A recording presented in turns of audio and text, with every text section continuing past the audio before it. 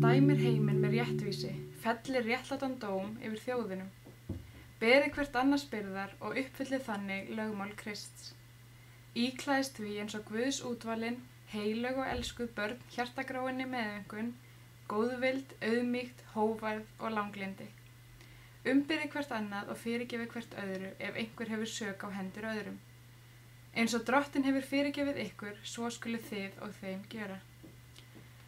En íklæðist yfir allt þetta elskunni sem bindur allt saman og fullkomnar allt. Nokkur sá faðir yðar á meðal sem gæfi barni sínu höggorm ef það biður fisk eða sporðdreka ef það biður egg. Fyrst þér sem eruð vondir, hafið vit á að gefa börnum yðar góðar gjafir, hve miklu fremur mun þá faðirinn himneski gefa þeim heilagan anda sem biðja hann. Umskurn kvenna skaðleg athöfn sem á sér stað í mörgum löndum heimsins. Hún liður að vígslunar athöfn sem fest djúpum rótum í hefðum og sögu samfélagana. Málefnið mjög viðkvæmt og flókið og því afar erfitt að eiga við það. Krafan að stúlkur láti umskerast hávær og að henni liggur mikill menningar og félagslegur þrýstingur. Foreldrar sem láta umskera dætur sínar trúa því að það sé þeim fyrir bestu. Foreldrar trúa því til dæmis að umskurnin muni auka frjósemi stúlkna, en því miður þá hið gagnstæða raunin. Foreldrar þrá að dætur sínar eignist góða eiginmenn og umskurn talin auka líkur stúlkna á að góðir menn vilji ganga að eiga þær. En í samfélögum þar sem að umskurnir viðurkennd óumskornar konur taldar óæskilegar sem eiginkonur.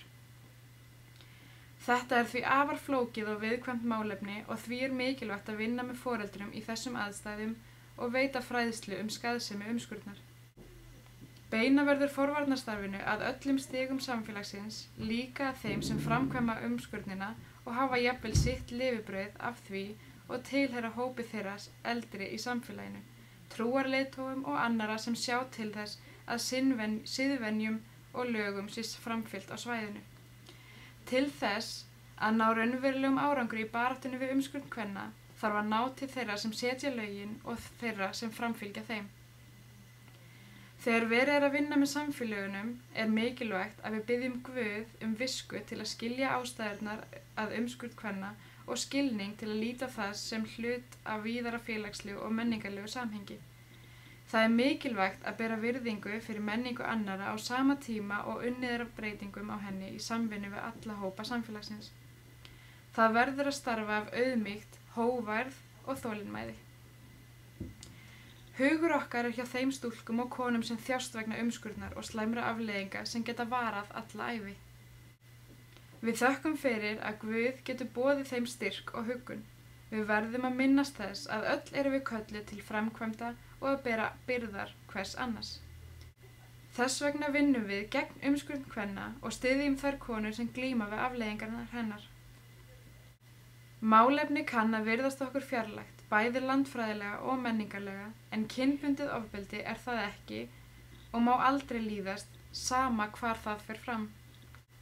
Það kann að koma óvart, en áætlað að 1 af hverjum 5 konum á heimsvísu hafa orðið fyrir kynferðislegu ofbeldi, svo miklar líkur á að þú þekkir einhvern sem hefur orðið fyrir því, ef þú hefur ekki lent í því sjálf eða sjálfur.